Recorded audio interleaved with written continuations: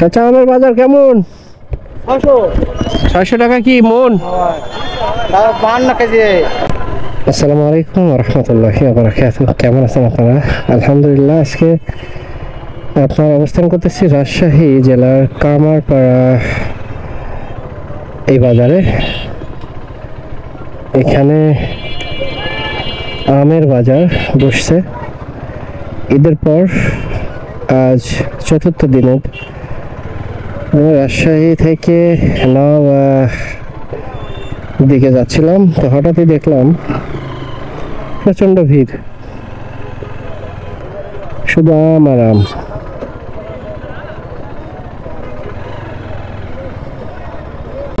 চাচা আমের বাজার কেমন? 600 টাকা কি মন? 52 কেজি। 52 কেজি না? মাশাআল্লাহ। কি কি আম নিয়ে আসছেন?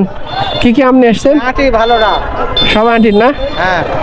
হিমসাগর কত করে? হিমসাগর আছে ওরকমই দাম, 1500 1200 না? মাশাআল্লাহ।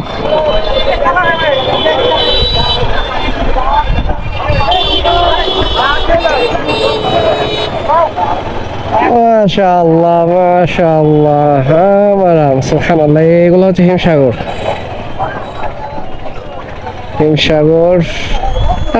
কত প্রকারের আম, কত জাতের আম, সুবহানাল্লাহ।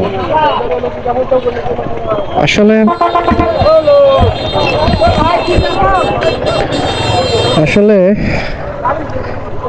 মানে আমের সিজন আসছে, আবার হচ্ছে কুরবানির ঈদও চলে আসছে।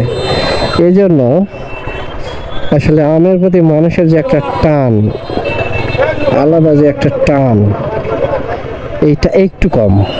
হ্যাঁ,